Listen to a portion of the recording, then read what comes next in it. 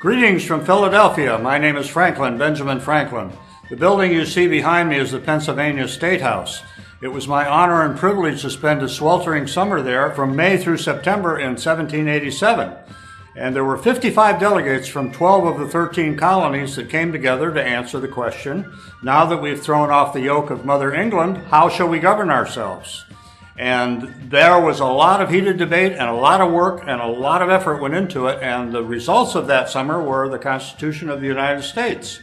So as I was coming out of the building one day, a woman said to me, "Sir, what have you given us?" And I looked at her and I said, "Madam, we have given you a republic if you can keep it." What I want to do today is I want to go inside to the assembly room and talk about what is a republic, why did we give you a republic, what else could we have given you, and why the warning, "Madam, if you can keep it." So let's go inside to the assembly room and talk about all these issues and get a glimpse into what transpired that important summer that resulted in one of the most important documents ever created in the history of mankind. So let's go inside. Here we are in the assembly room.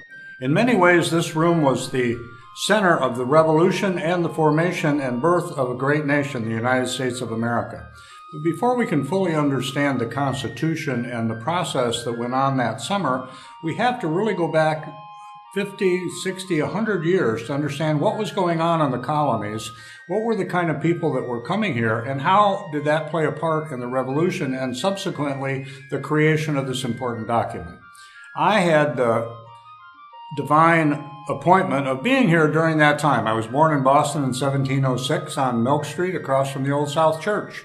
My parents immigrated from England in 1683. So you see, they were Puritans who were already rebelling against what went on in England. They were against the English church, where the king had control of everything that was sacred, and the king was also in charge of everything that was secular. And the people that came here in those 100 years were all people who didn't like the political, social, and economic structure of England. My father was an excellent example. He was a silk dyer in England, and when he came here, lo and behold, there just weren't enough royalty to make a living out of silk dyeing. So he transformed himself into a candle maker, and I was apprenticed to him for quite some time being a candle maker. If you've ever boiled down tallow, you know you don't want to be a candle maker. But they were Puritans, and Puritans believed that each individual congregation should be running their own affairs. Pastors were preaching that from the pulpit for 50 years before the revolution started. So that was the backdrop. All of the colonist people had rejected what went on in England, came here to start a new life. Well, that new life, the cornerstone of that new life was liberty, making choices and decisions for themselves, their local churches making choices and decisions. And when we experience increasing tyranny on the part of Mother England, the natural thing to do was to resist it. So it all culminated in 1753 when a group of colonists protesting the tea tax went into ships in Boston Harbor and dumped all the tea overboard. Well, the king kind of overreacted to that and sent some 30,000 sailors and army to put down the rebellion. Well, all it did was ferment the rebellion. King George III said, "The revolution was due to that evil genius, Mr. Franklin."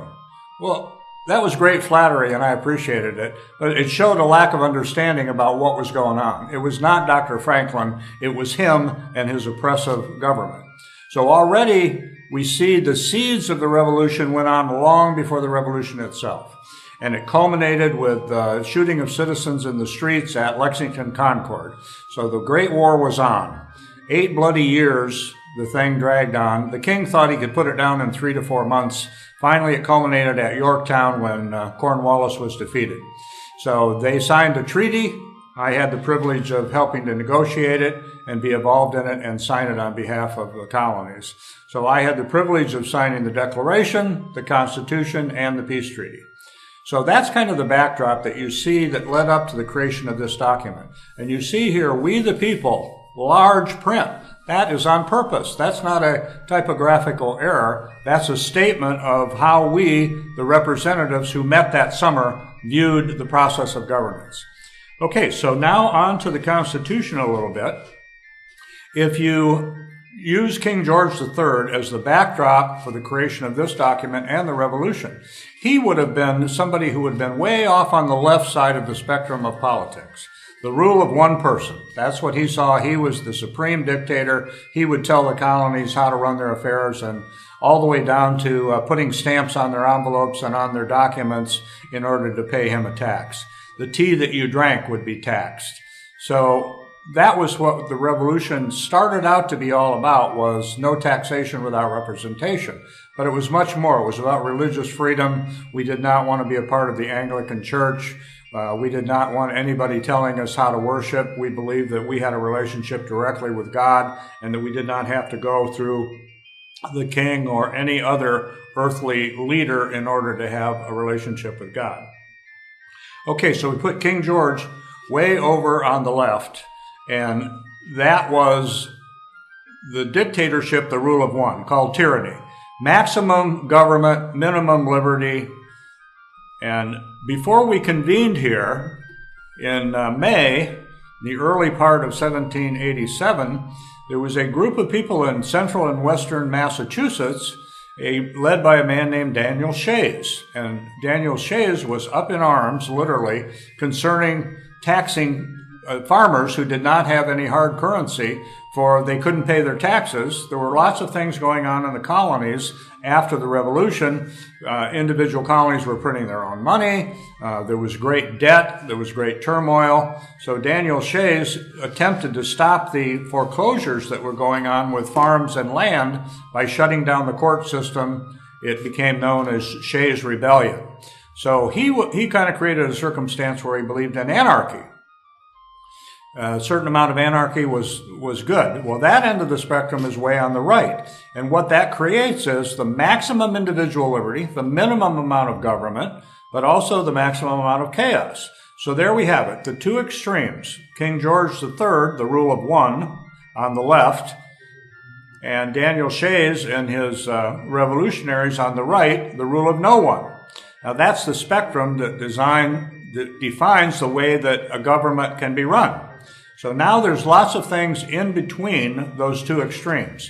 And no one agrees that the rule of one person is correct, and no one agrees that the rule of no one is correct. So somewhere in between, the right amount of government ensures everyone's liberty and allows for the maximum opportunity for prosperity. As the Declaration of Independence said, we are endowed with our Creator with these unalienable rights, the right to life, liberty, and the pursuit of happiness. So in crafting the Constitution, we were looking for that medium between total anarchy and total government that allowed the most people to have the most freedom to prosper and run their own affairs. Okay, one of the popular words that has always been is democracy. So there were lots of people that said, oh, let's be a democracy. Democracy is the rule of the majority. So everybody gets together and we all have a vote. But many of the representatives that sat there that summer knew that democracy had a history of violent death. What happened was the mob rule finally took over and decided that they could get money for themselves out of the public coffers. And so the whole thing degenerates into oligarchy and ultimately tyranny. So democracy, the word democracy does not appear in this document. It does not appear in the constitutions of any of the 13 colonies. And it was not our intention to give you a democracy. Had I given you a democracy, the woman in the street, when she asked me, what have you given us, sir? I would have said something like, a democracy, madam. Let the chaos begin. Okay, but that is kind of in the middle between the two extremes. Other things that are in the middle, a little bit toward the left, are oligarchy, which is the rule of the few. The ruling elite come to power and usually link up with a king, because the king can't run everything by himself. The dictator can't do everything. So an oligarchy is really related to the tyranny end of the spectrum, where a few people are making decisions on the behalf of everybody else. Alexander Hamilton was in favor of such a setup. He thought the delegates and the ruling elite of the colony should be in charge. But we, the people, prevailed. Okay, another possibility is libertarianism, which is toward the other end of the spectrum, where the government that governs least governs best. And how far toward the right can you push that until you start to infringe on anarchy. But libertarians believe that there should be very, very little government and that most people should be in charge of their lives. Okay, now comes the real question. Where in the middle is it exactly right, and what is that called? It's called a republic. Republic means the public thing, the law, the rule of law. So we attempted to create a republic where law governed the behavior of men, and men were not running everything like King George III. So the republic, or the public thing, was the rule of law. And that is what we attempted to give you with the creation of the Constitution. The other founding document that was always an integral part of the life of the colonies was the Bible. And much of what went into this document was a result of what was said in scriptures. If you believe that men are basically evil, as scripture says, then the purpose of the Constitution and the purpose of government is to limit their behavior. So we set up a federalist system whereby the power of the central government was limited and defined, and most of the power went to the states and to the people. Because every time you create an opportunity for vain and evil men to aspire to take it over, they will. So that gets us to the second part of my answer to the woman in the street. Why did I say to her, if you can keep it?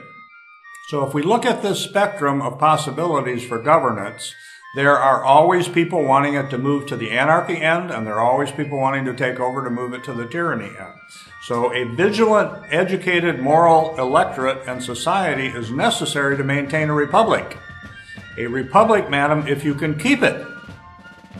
So every generation must reinvent the republic. They must come to understand the spectrum that I've talked about, their role in it, and how can they preserve the republic for the next generation. So each generation must reinvent, recommit to maintaining, building, and adjusting the republic.